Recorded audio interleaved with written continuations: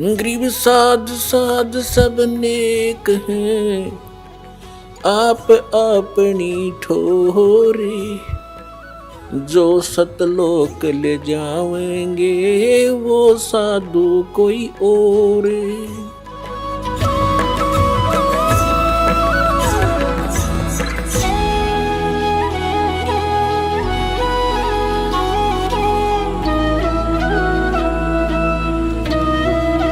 अब जो प्रसंग चल रहा है, जिन महापुरुषों ने परमात्मा को देखा, उन्होंने बताया कि वो भगवान ऊपर रहता है, ऊपर, और वहां से चल कर आता है, हमें मिला, उसको मिला, ऐसे मिला, सारे प्रमाण है हमारे पास।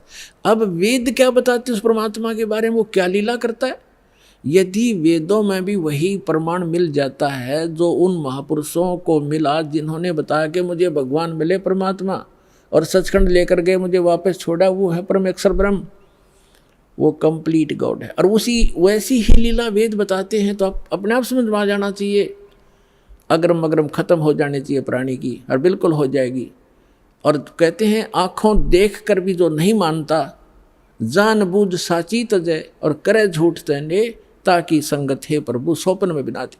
इसे नालायक आदमी तो कहते स्वप्ने में भी नहीं मिला। जो आँखों प्रमाण देख कर फिर बकवास करता है, झूठ बोलता है, रामपाल ये करता है, कहाँ लिखा दिखाने लग रहा है, मैं सारे सदग्रंथ प्रमाणित कर रहा हूँ, सामने दिखा रहा हूँ, फिर भी कहता है, झूठ बोलता है, तो वो स्वार्थी और काल का पक्का दूत है। उस व्यक्ति का मुंह नहीं लागना चाहिए, उसकी बात नहीं सुननी चाहिए अपना सफल होने के लिए। आप जी को इतना स्पष्ट हुआ कि परमात्मा जब शिशु रूप धारण करके आता है दूसरी सतिथि में, 3 प्रकार से हमारा धारण पोषण करता है, हमारा कल्याण करने के लिए 3 प्रकार के शरीर में वो लीला करता है। एक तो सतलोक में रहता है, वहाँ तो बहुत तेजों में शरीर है, वहाँ से हल्का तेजपन रूप बना करके, और दूसरे सतिथि में एक शिशु रूप धारण करके प्रत्येक युग में परमात्मा मिलते हैं, आते हैं, ऐसा लीला करते हैं। उनकी यही लीला, परवरिश की लीला कुंवारी गांव से ही होती है। और तीसरी सतिथि में वो महात्मा साधु संत का रूप बना के कभी भी कहीं प्रकट हो जाते हैं और अपनी अच्छी आत्माओं को मिलते हैं, उनको ज्ञान समझाते हैं। उनके विषय में आपको बहुत बार बताया है कि किन किन महापुरुषों को वो मिले हैं। और उन्होंने फिर बताया कि हमको परमात्मा मिले अनंत कोट ब्रह्मांड का एक रति निभार, और सतगुरु पुरुष, पुरुष माने परमात्मा, भगवान, कंप्लीट गॉड, कबीर हैं, कुल के सृजनहार। अब वेद क्या बताते हैं परमात्मा की महिमा, क्योंकि परमेश्वर ने कहा कि वेद मेरा भेद है, मैं ना मिलूँ वेदन के माही, और जौन वेद से मैं मिलूँ वो वेद जानते नहीं, कि वेद मेरा भेद है। मेरी महिमा का गुणगान करता है वेद, लेकिन वेदों में वर्णित विधि से मैं मिल नहीं सकता, मेरी महिमा तो कंप्लीट है। लेकिन जिस वेद से, वेद माने ज्ञान से, तत्व ज्ञान से मैं मिलूँ, वो ये चारों वेद जानते नहीं, इनमें वो ज्ञान नहीं है। उसका ज्ञान स्वयं ही परमात्मा ने आके बताया। अरे विश्वदास को भेज रखा है, लाभ उठाओ प्राणियों। ये देखो, अब आपको ऋग्वेद दिखाते हैं। ये है ऋग्वेद। ये कहाँ से प्रकाशित है? सर्वदेशी कार्य प्रतिनिधि सभा, महर्षि दान भवन, रामलीला मैदान, नई दिल्ली से। ये कौन इसके भाषा? आर्य भाषा भाषे, ये मुद्रक है।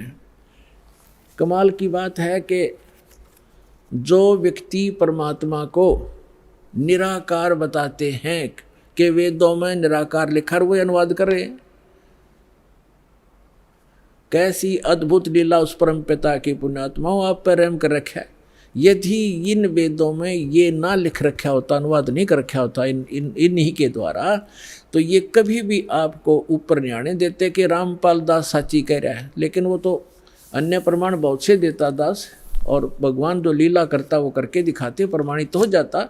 लेकिन और ज़्यादा समय लग जाता, ये भ्रमित करने वालों का दाव लगा रहता। अब इनका दाव कति समाप्त हो गया। इन्होंने अपने कर कमल से अनुवाद कर रखा। अनुवाद सही है, उनकी सोच गलत है, उनका अनुभव गलत है। महर्षि दानंद ने सत्यार्थ प्रकाश नामक एक पुस्तक का निर्माण किया है, रचना की है। उसमें उन्होंने स्पष्ट लिखा है कि मैंने इस पुस्तक का निर्माण वेदोनुसार किया है, वेदों के प्रमाणों को हल्का सरल करके लिखा है। और उसमें स्पष्ट है कि वेदों के विपरीत ज्ञान है सारा। महर्षि दानंद और उसके सारे चेले परमात्मा को निराकार बताते हैं। उसका कोई स्थान नहीं है, वो एक देशीय नहीं है, एक स्थान पर नहीं रहता। और देख वेद क्या बताते हैं, वो एक देशीय है, भवनों के सब लोकों के ऊपर के स्थान पर रहता है। और वहाँ विराजमान है, धूलोक के तीसरे पृष्ठ पर रहता है, एक देशीय है। तो ये महर्षि दयानंद कंप्लीटली अज्ञानी आदमी था पूर्ण रूप से, और उसी अज्ञान के आधार से उनके द्वारा भ्रमित आर्य समाज है। दास का उद्देश्य किसी की निंदा करना नहीं, केवल आपको सही दिशा देना उद्देश्य रखता हूँ कि आपके समझ में आया नहीं, ना इन ऋषि महर्षि इन ब्राह्मणों का समझ में आया, इस दास पर दया करी, इसका पूरा मानव समाज लाभ उठाओ, सबका कल्याण होगा। हमने किसी से द्वेष नहीं। ये देखो ऋग्वेद मंडल नंबर 9 सूक्त 86 और मंत्र नंबर 26 पढ़ेंगे। इसमें लिखा है कि यज्ञ करने वाले यजमानों के लिए परमात्मा, यज्ञ माने धार्मिक अनुष्ठान, करने वाले यजमान माने भक्त, साधना करने वाले साधकों के लिए परमात्मा सब रास्तों को सुगम करता हुआ उनके विघ्नों यानी संकटों को मर्दन करता है, नष्ट करता है, उनको पवित्र करता हुआ और अपने रूप को सरल करता हुआ। क्योंकि सतलोक में परमात्मा का रूप आपको बताया दास ने कि बहुत तेजों में है। अगर वो एज इट इज आ जावे यहाँ पर उसी तेजो युक्त शरीर से, जिसके एक रोमकूप में करोड़ सूर्य करोड़ चंद्रमा मिला दे, इतनी रोशनी तो हमारी चरम दृष्टि नहीं दे सकती। हम तो एक सूर्य को नहीं देख सकते, और वो तो करोड़ों सूर्य एक रोमकूप में इतना प्रकाश इतनी चंद्रमा मिला दे। तो इसलिए परमात्मा अपने रूप को सरल करके आते हैं। जैसे एक कक्ष में कमरे में 1000 वाट का ट्यूब है, 500 की है, 100 की है और एक 0 की भी है या 10 वोल्टेज की है, सब बंद करके एक 10 वाट की चालू कर दी या 5 वाट की, तो जितना आवश्यक प्रकाश उससे है वो हो गया, बाकी वो है विद्यमान लेकिन वो प्रकाश ऑफ कर लिया। ऐसे वो परमात्मा का जो शरीर है इतना नूरी है, उसको कम करने के लिए वो अपने उस ऐसे स्विच ऑफ करके ओनली सिंपल सा प्रकाश युक्त शरीर यहाँ रख लेते।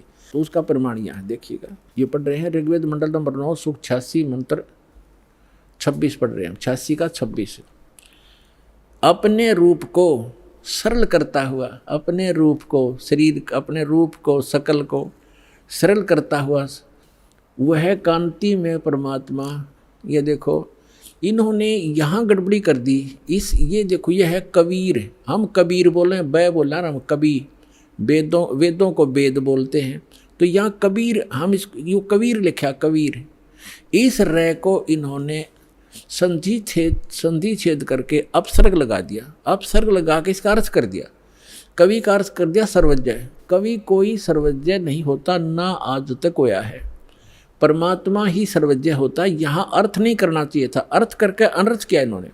यदि कहीं किसी काव्यकार की महिमा वर्णित हो और वहाँ कवि शब्द हो तो वहाँ अर्थ किया जा सकता, काव्यकार कर दे, सर्वज्ञ वहाँ भी नहीं किया जा सकता। तो यहाँ कबीर देव लिखना था। आपको प्रमाण दिखाते हैं, जैसे ये एक पुस्तक है यजुर्वेद, इस पर ऊपर रे लगा हुआ है। अब इसी में प्रमाण दिखाते हैं आपको। ये देखिएगा, ये यजुर्वेद है, ये महर्षि दयानंद द्वारा ही इसका अनुवाद है। ये प्रकाशक सार्वदेशी कार्य प्रतिनिधि सभा 2/5 महर्षि दयानंद मैदान नई दिल्ली से, और ये महर्षि दयानंद द्वारा इसका अनुवाद है और ये यहाँ से छपा है। इसके हम आपको ले चलते हैं 36वें अध्याय के, यह 60-30 अध्याय यानी 36वां अध्याय 36, 60-30, 36, 36, 36, और यहाँ आगे हम ये यजुर्वेद है और यहाँ देखिएगा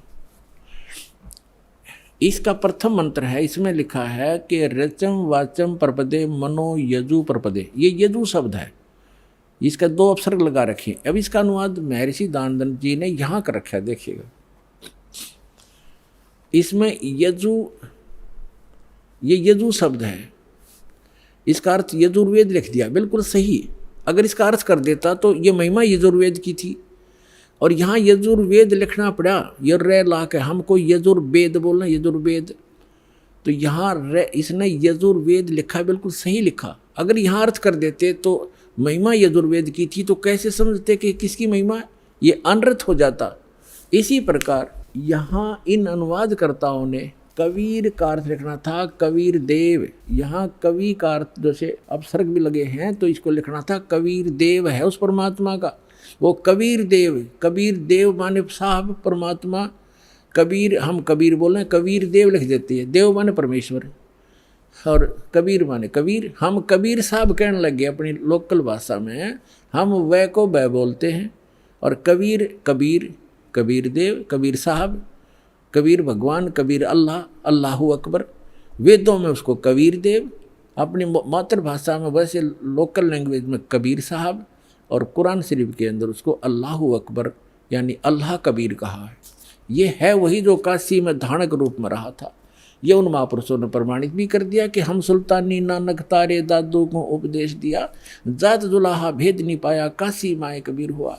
अनंत कोट ब्रह्मांड का एक रति निभार, और सतगुरु पुरुष कबीर हैं ये कुल के सिरजनहार। हमने फिर से ऋग्वेद ले लिया, यजुर्वेद रख दिया, क्योंकि अब हम इसको प्रमाणित कर रहे थे। ऋग्वेद मंडल नंबर 9 सूक्त 86 के मंत्र 26 को हम पढ़ रहे हैं। यहाँ आगे थे कि यज्ञ करने वाले यजमानों के लिए परमात्मा, यज्ञ माने धार्मिक अनुष्ठान, यानी साधना करने वाले साधकों के लिए परमात्मा, सीधा सार्थ बन जाता है।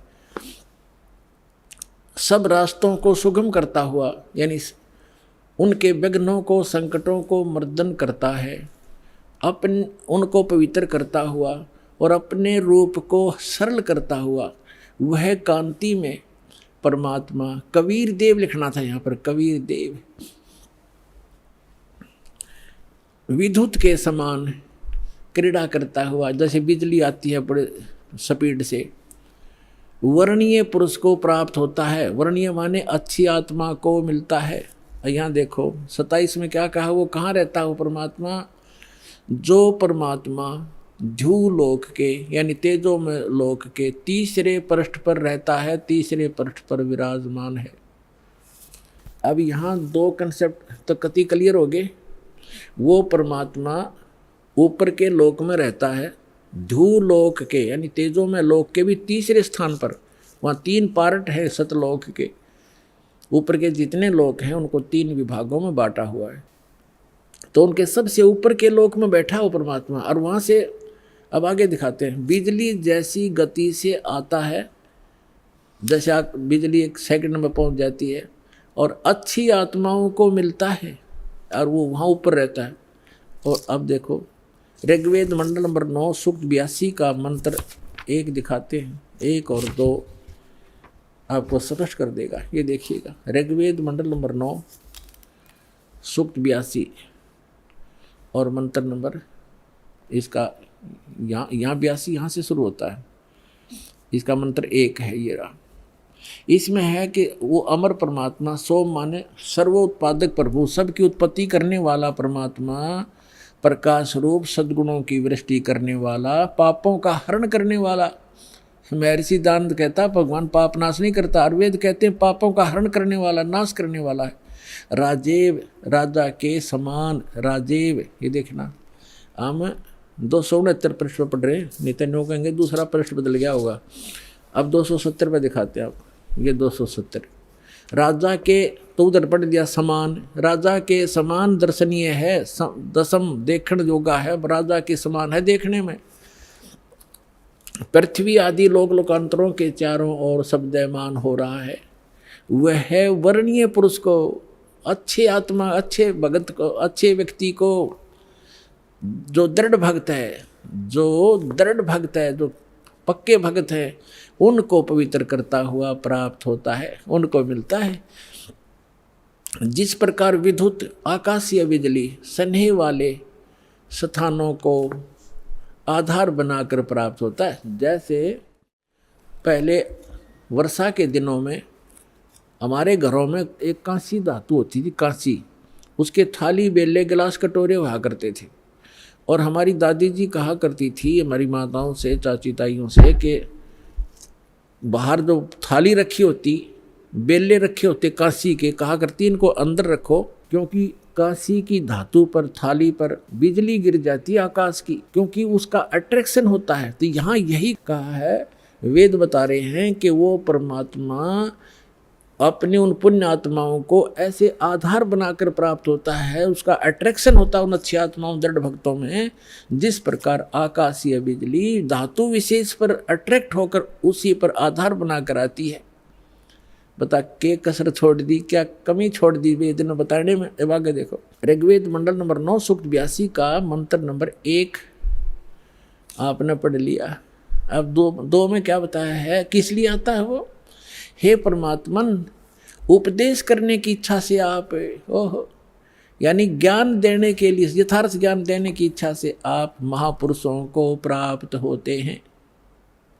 हो गया स्पष्ट कि जैसे आकाशीय बिजली आती है गतिशील होकर के यहाँ आते हैं। और देखो ऋग्वेद मंडल नंबर 9 सूक्त 82 का मंत्र नंबर 3 में क्या कहा है,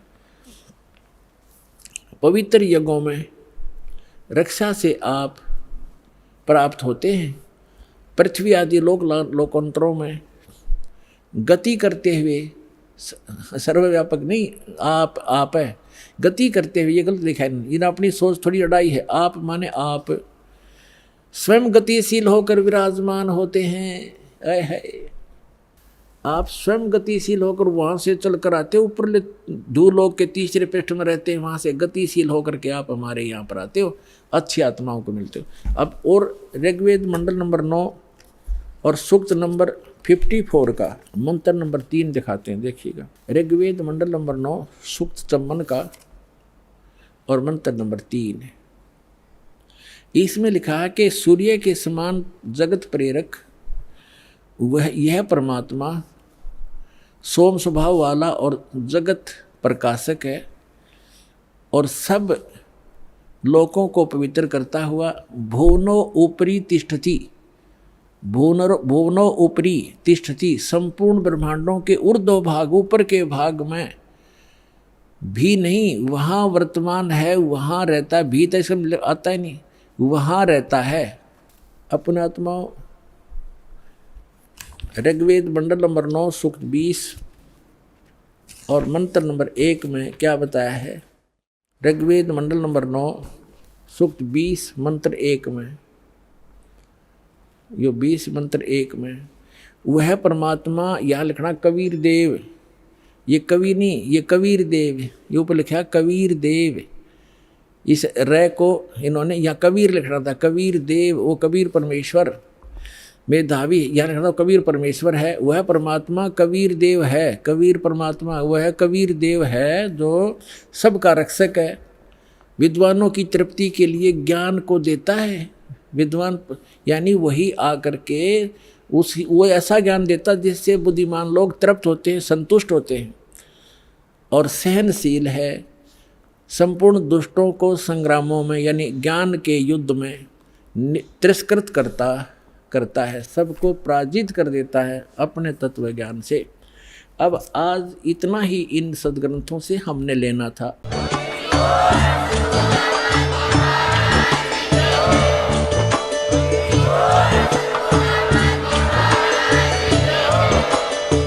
सुन रहे थे जगत गुरु तत्वदर्शी संत रामपाल जी महाराज जी के मंगल प्रवचन। अधिक जानकारी के लिए विजिट कीजिए हमारी वेबसाइट www.jagatgururampalji.org। संत रामपाल जी महाराज जी के शुभ आशीर्वाद से पूरे विश्व भर में 500 से भी ज्यादा नाम दीक्षा केंद्र हैं, जिन पर संत रामपाल जी महाराज जी द्वारा ऑनलाइन निशुल्क नाम दीक्षा दी जा रही है। अपने नजदीकी नाम दीक्षा केंद्र का पता करने के लिए संपर्क करें 8222 880541।